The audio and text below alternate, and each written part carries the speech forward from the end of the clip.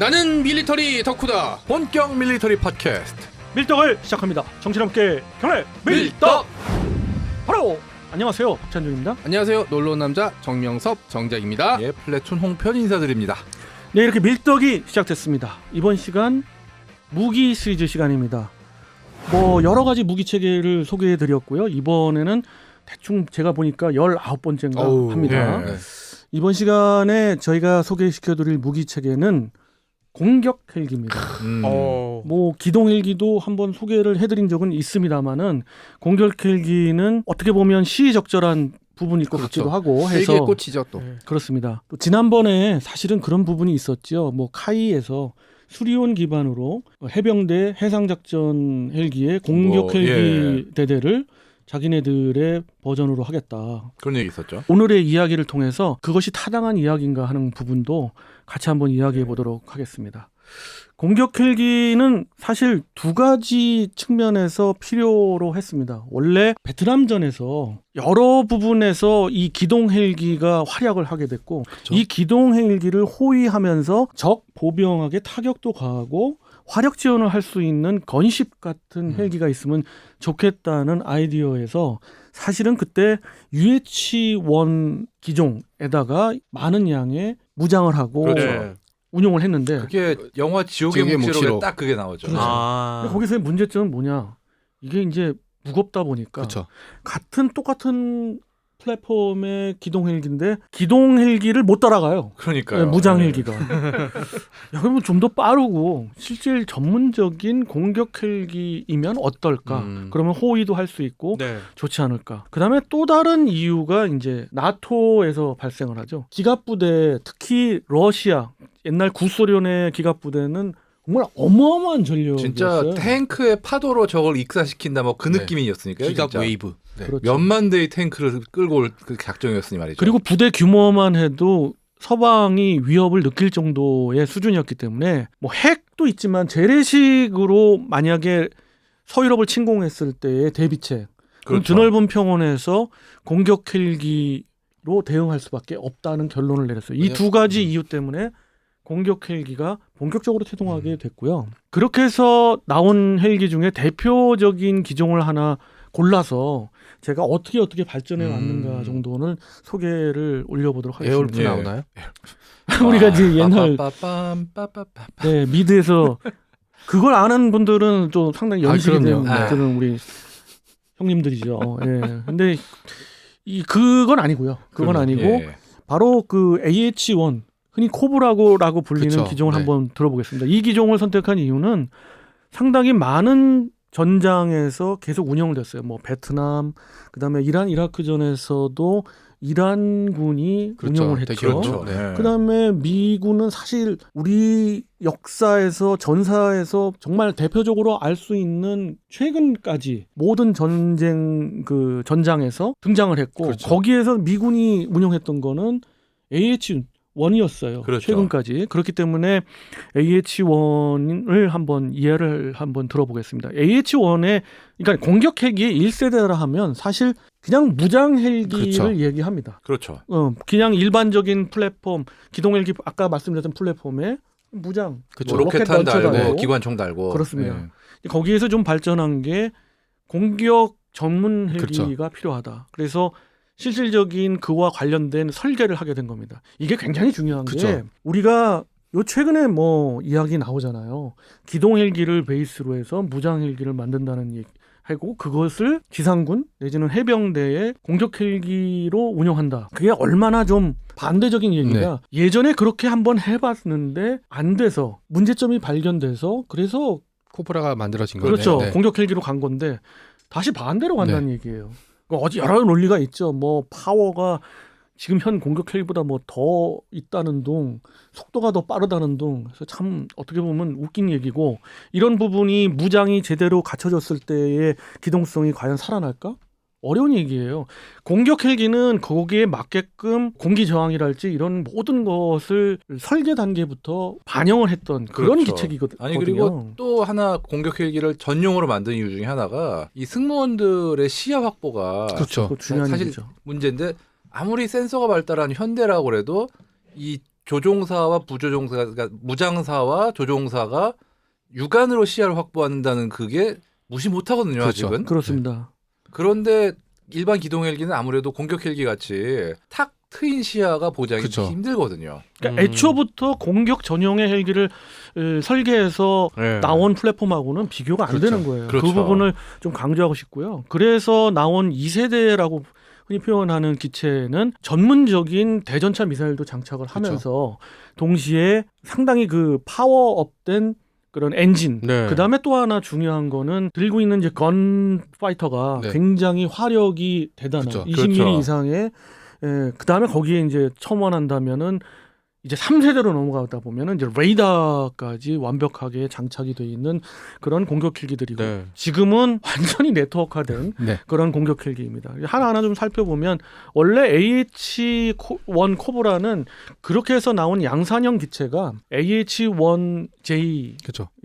J가 J가 아니라 G죠. G죠. 제일 처음 나온 게 G죠. 제일 처음 나온 거죠. 그럼 이것을 굉장히 많은 대량 생산을 했어요. 많이 만들었어요, 진짜. 그래서 사실 뭐 스페인 해군이랄지 그리고 이스라엘도 상당 기간 운영을 했고요. 그렇죠. 이것을 또 어떻게 보면 변형한 새로 업그레이드한 것이 J형입니다. J형은 미 해병대가 운영하려고 그게 사실은 쌍발이었죠, 했는데 아마? 그렇습니다. 그리고 사실 모르는 분들이 많은데 대한민국에서 제일 처음 도입을 한 코브라 그렇죠. 기체의 기종입니다. AH-1J 네. J. 기억해 주실 필요가 있고요. 이 8대는 물론 다 퇴역을 해서 지금은 여러 곳에 전시가 되어 그죠. 있습니다. 네. 여러분들이 그 전시 기회가 있으면 네, 보실 네. 수 있고요. 전쟁기념관에 대표적으로 한대 또 있습니다. 전시되어 있고요. 상당히 오래돼서 도색을 좀 제대로 해서 네. 좀 전시를 했으면 하는 야외 전시되어 있기 그쵸. 때문에 비바람에. 예, 네. 좀 그러긴 한데 예전부터 좀 그런 좀 바람이 좀 있습니다. 그리고 이왕이면 그 당시 운용 당시에 그런 도색을 했으면 하는 네. 많이 색이 바랬거든요. 아, 지금 얼마 전에 가서 본 분 얘기로는 그래요? 도색을 그래도 한번 새로 한 것 같은데 아. 네. 당시 도색인지 잘 모르겠다. 그것까지 아. 얘기하시네요. 예. 뭐 도색을 새로 했다고 하네요. 근데 저는 이제 네, 오래전에 가봤기 때문에 그런데 고증은 잘 모르겠습니다. 예, 그래서 예. 그런 고증까지 좀 했으면 하는 바람이고요. 그래서 이런 J형에서 또 계속해서 발전을 했습니다. 그래서 뭐 여러 가지지만 가장 또 대표적으로 소개해드리고 싶은 거는 AH-1S입니다. S. 사실 이것이 어떻게 보면 3세대급 공격 헬기의 시초라고 볼 수가 있죠. 이 기체는 상당히 많은 국가가 운용을 합니다. 우리나라도 아직 운용하고 있고요. 그렇지만 이제 우리나라는 S형으로 도입을 했지만 많은 S형이 사실은 F형으로 다 업그레이드가 그렇죠. 됐어요. 예.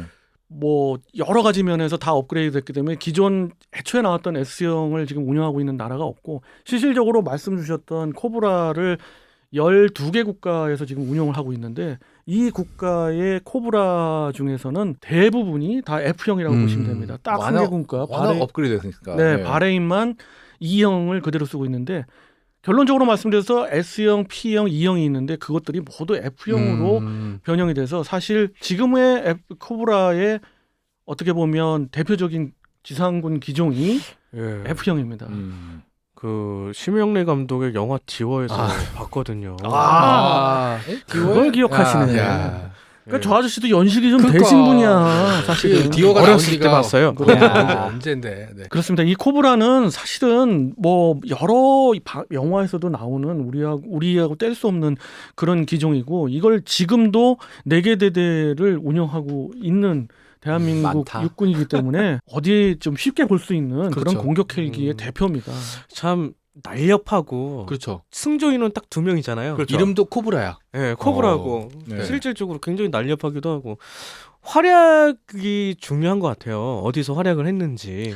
그거 말씀드리면 우선 저는 좀 특이하게 말씀드려 볼게요. 이란 이라크 전에서 그쵸. 맞아요. 예. 사실은 이란에 코브라 공격 헬기하고 예. 그 다음에 이라크에는 MI-24, 하인드. 네, MI-24 하인드의 가 붙었거든요. 실제로 헬기 대 헬기의 공대공이 별로 없죠. 드물들 별로 진짜. 없지만 예. 네. 펼쳐졌던 전장이 오, 바로 이란 이라크전이에요. 그렇죠. 그래서 좀 누가 흥미롭고 코브라의 완승이었습니다. 역시. 물론 코브라도 그 공격 헬기의 특성상 적어도 방공망에 취약했습니다. 그 당시 또 이란 이라크전에서는 자체 방어 시스템이라는 게 조금은 취약했고 그렇죠. 조금이 아니라 많이 취약했죠. 사실은 지금의 그 시스템하고는 전혀 다른 그런 기체이기 때문에 네. 상당히 많은 기체가 추락을 했습니다. 또 운영국이 어디냐에 따라서 다르겠죠. 또 이란이 그때 제재를 받고 있어서 어쨌든 제대로 운영 부품이라든지 수급이 제대로 안 될 그렇죠. 것도 있었고요. 네. 그렇습니다. 그래서 이란 이라크 전에서가 좀 특이해서 좀 예. 말씀드려봤고요. 다른 전장에서는 어떻게 보면 베트남전을 제외하고는 코브라의 활약이 두드러지지는 않았지만 예. 장점을 살렸다고 볼 수 있죠. 아. 근데 이제 베트남전에서는 의외로 많은 기체가 추락을 그랬죠. 했고 예. UH-1 계열이 떨어지는 거에 못지않게 떨어져요. 그렇죠. 한 300대 제가 알기로 한 300대 정도 어휴, 추락을 정말 한 걸로 알고 많이 있는데 떨어졌네. 그런 많은 희생도 했던 그런 음. 코브라 기종입니다. 말씀드리고자 하는 이제 그 중점상으로 좀 들어가 보면 현대의 그럼 대표적인 공격 헬기는 어디냐? 늘 얘기하는 아파치로 대변될 그렇죠. 수가 있고요. 예. 특히 아파치. 아파치의 롱보 레이더가 극대화된 우리가 지금 운영하고 있는 AH-64E 블록 3형 아파치를 이야기합니다. 그렇죠. 이 기체는 특징적인 부분이 네트워크 전장에서 굉장히 특화되어 있는 기체고요. 그만큼 또 여러 기능이 있는데 가장 또 두드러진 기능이 멈티 기능입니다. 즉, 무인 기체를 운영할 수가 있습니다. 예. 조정을 할 수가 있고 그 무인 기체의 편대를 조정한다는 얘기는 어마어마한 네트워크 전장에서의 이점을 예. 보일 수 있거든요. 제가 예전에도 얘기했지만 게임 중에서 1945라는 게임이 그쵸, 있어요. 네. 거기 옆에 양옆에 이제 맞아. 조그만한 예, 비행기들 네, 네. 달고 있잖아요. 약간 네. 그런 느낌이지 않나 쉽게 맞습니다. 표현하자면. 뭐 실질적으로 말씀드리면 미 지상군은 그 MQ-9 리퍼를 이제 같이 동시에 운영을 합니다. 아. MQ-9 리퍼가 아파치가 조정을 하는 거죠. 아 그레이 이글 아닌가요? 그레이 이글도 있고 MQ-9 리퍼도 같이 있습니다. 그래서 MQ-9의 지금 현재로서는 정찰 자산도 있지만은 MQ-9에서 제일 먼저 지금 보고 있는 게 리퍼는 공군 운용 기체 아닌가요? 공군 운영 기체인데 그 리퍼를 요즘은 지상군에서도 도입을 하기 시작했어요. 왜냐? 예. 그것이 왜냐? 그레이 이글로서 한계가 조금 보입니다. 아, 예. 특히 채공 시간에 아무래도 그건 조금은 확실히 차이가 있죠. 있기 예. 때문에 지금 현재로서는 미 지상군은 이게 조금 이제 최신의 이야기고 지금 저 말씀 주셨던 약간 그 좀 홍필장님 연식이 있는, 예. 얘기도 맞는 얘기예요. 왜냐하면 우리가 이제 흔히 나눠 보면 그레이 이글은 무조건 지상군에서만 운영하니까. 근데 그레이 이글은 또 다시 공군도 운영을 해요. 하긴 그렇죠. 네, 예. 그래서 공군의 관련 지금 전에도 한번 말씀드렸지만 공군의 전투 특히 펠컨을 운영했던 주방위군에서 그 리퍼로 많이 바뀌면서 그레이 이글까지 바뀌는 그렇게 동시에 운영되는 그런 그 전투 비행대가 많거든요. 우리나라도 그런 식으로 그런 기능을 이용해서 무인 헬기나 무인기를 할 계획이 있는 건가요? 우리가 이제 그걸 할 계획이 있죠. 네, 네. 그래서 다음번 들어오는 2차의 그 아파치 공격 헬기 대대의 분량은 전기체 다 멈티 기능이 들어가고요. 그 다음에 중요한 것이 역시 그 네트워크 전장에 운용되기 위해서 링크 16이 들어오고요. 예. 여기에 거의 뭐 미국이 승인을 하고 있다고 보는데 링크 K를 우리가 이제 아파치에 심을 네. 수가 있고요. 예. 이거의 모든 거는 또 다시 지금 현재 개발하고 있는 LAH 우리 그 공격 네. 헬기 예. 공격 헬기라고 표현해야 될까요? 무장 정찰 헬기라고 표현해야 될까요? 가깝죠 아무래도. 무장 헬기에 가까운 우리 기체에 다 들어갑니다. 예. 아파치와 멈티의 그 편제가 참 궁금해요. 어떻게 운영될지. 우리는 지금 현재로서는 그 중고도 무인기의 발전 그 가능성이 크거든요. 예. 사실은 미군도 리퍼나 아까 얘기했던 그레이 이글의 전신이 또 프레데터라는 그렇죠. 것이 있었잖아요. 우리는 프레데터급의 중고도 무인기를 상정하지만 사실 그거 이상을 미래를 보고 그쵸. 있는 거거든요. 거기에는 전 시간에도 말씀드렸던 시긴트나 이긴트 장비들이 들어가지만 종국적으로는 헬파이어를 사용할 수 있거나 네. 그렇지 않으면 미군처럼 사이드와인더까지 들어가는 공격형 그런 공격을 할 수 있는 전투를 할 수 있는 무인 기체가 운영될 것 같고요. 그렇게 되면 뭐 인명 피해 측면에서도 무인기를 대량으로 운영하니까 좀 공격적인 운영을 할 수 있고 그다음에 뭐 헬기뿐만 아니라 무인기까지 운영하면 어떤 다양한 전장 환경에 맞출 수 있는 얘기들이 되겠네요. 네. 확실히 좀 더 과감할 것 같아요. 예를 들어서 그렇죠. 공격 헬기 하면서 멈티 기능 중에 무인기를 띄워서 뭐 공대공 기능을 갖춘 전장을 하면은 적 전투기가 공격해 왔을 때 잠깐이라도 시간을 벌 수 있는 측면이 생기는 거잖아요. 네. 아니면은 먼저 하나 보내더라도 그렇죠. 네. 그렇죠. 누구게 뭐 우리가 누구게 뭐 네, 이럴 수 있는 뭐 거잖아요. 네. 우리의 그 방향성이라서 이야기를 해드립니다만은 이거의 방향을 추종하고 따라가는 국가는 많지 않습니다. 그렇죠. 군사 강국의 어떤 흐름이 그렇지만은 우리도 거기에 티어 1은 아니도 티어 2 정도로 쫓아가고 네. 있는 네. 거가 대단한 거고요. 티어 2만 해도 지금 그 정도 수준만 해도 별로 없어요. 눈에 그렇죠. 띄는 나라가. 또 네. 우리는 또 그렇게 꼭 방향성을 가져가야 그렇죠. 되는 게 여러 가지 미래 제약 조건이 있지 않습니까?